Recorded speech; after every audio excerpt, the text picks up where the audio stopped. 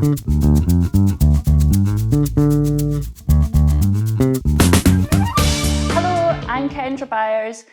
the Business Engagement and Communications Manager at Bright Red Triangle, which is Edinburgh Napier's hub for encouraging, supporting and increasing entrepreneurial activity among our community of staff, students and alumni.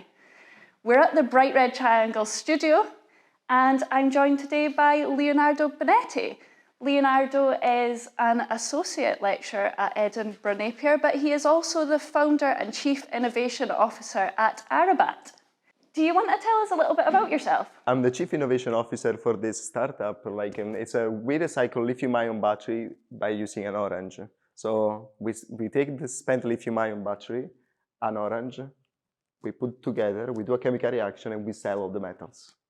You've mentioned a little bit about what AraBat does there and the problem that it solves, but how did you come up with, how did you approach the problem solving? How did you identify that problem and come up with the idea?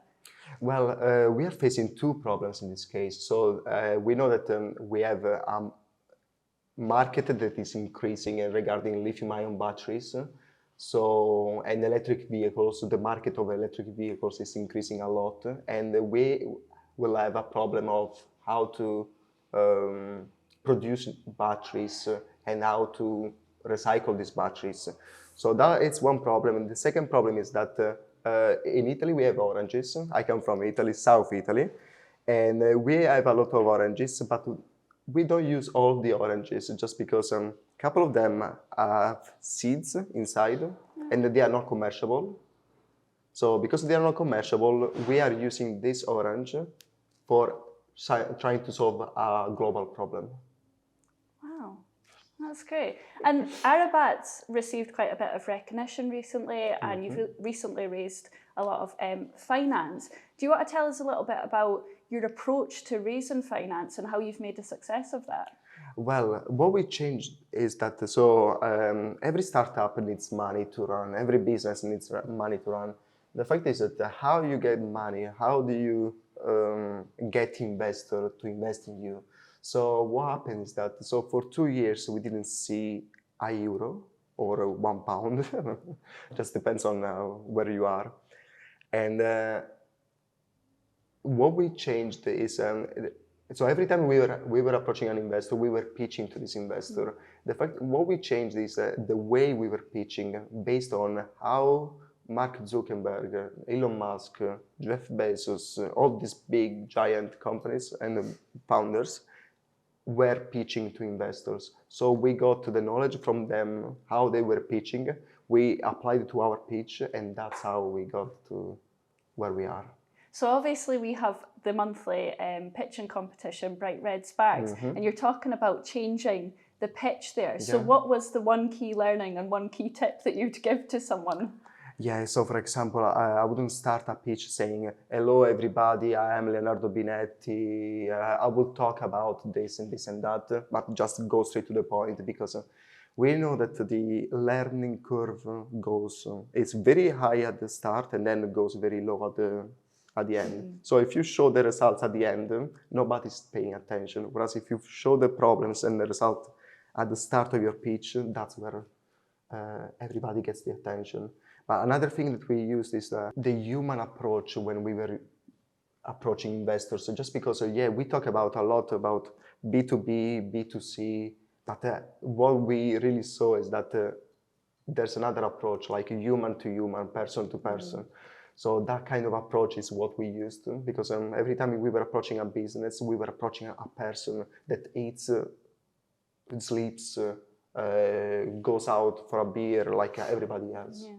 So once we understood that, that's how we got and we started networking better with these people and then get interaction from them. Amazing. So humanizing your pitch. So with AraBat, to get to the stage that you're at now, has there been any challenges that you've had to overcome? And if so, how have you approached those challenges? Yeah, actually, one challenge was that at the start, when we made our own company, AraBat, we decided to divide our equity by all the members. equal for everyone. And then after 2 years, we understood that that was a silly mistake that we did because we understood that we were immature doing that case, because doing that stuff, just because what happened is that we saw that not everybody was working at the same speed. But everybody had the same percentage of the company, but not everybody was working at the same speed, actually. And the challenge was how to rearrange the cap table of AraBat and how to tell people to leave. Just because, as I said, not everybody was working at the same speed. So that was a big challenge, and the suggestion I would give to everyone that is considering to start a company, friendship is something good, but not when you're making business, because what we do at the start is that, so we have an idea, and we are looking for other people to join us, and then after a while we realize that not everybody has the same skin in the game.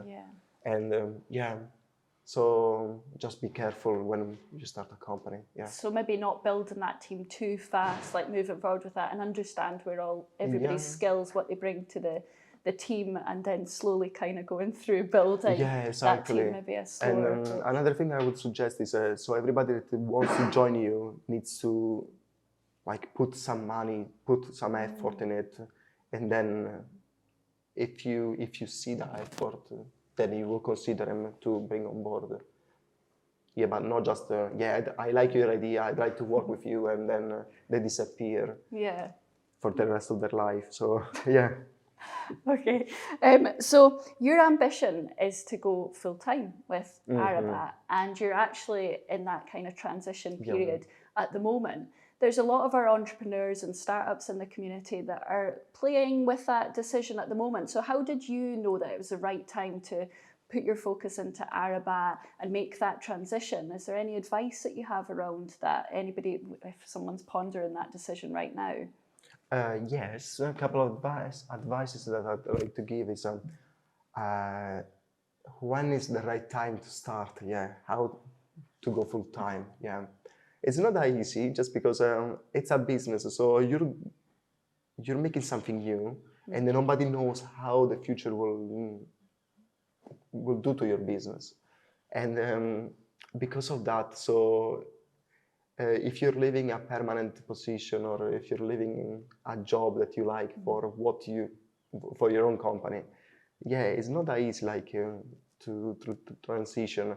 So you've touched on your experience in your career. You've had experience in academia and in industry, and there's a lot that complements one another between the two, but there's more that we could be doing to improve that harmony, that collaboration between academia and industry. And in your experience and perspective, what could universities be doing to help bridge that gap? Well, the gap is just because I believe the gap is in the communication, because academia talks about scientific papers, startups talk about patent. The university talks about collaboration, whereas we talk about partnerships. So I believe it's the same meaning but different wording. So I believe that one thing that the university or the business can do is try to talk the same language, first of all. And that's the advice I would give. And is there a particular mindset, being in academia, that you need to apply to become more market orientated when you're looking at industry? Well, as I said, I've been in academia, and I noticed that I am a perfectionist. So I try to get everything so perfect, and we know that the perfection is the enemy of completion. So the more you want to make something perfect, the longer it will take you to do it. So what's next? What does the future hold for AraBat? So we are now making the industry plan, and so we raise money, so that's what we are looking for doing now. So, and the future after that is not just recycling lithium-ion batteries, but recycling all the electronic waste.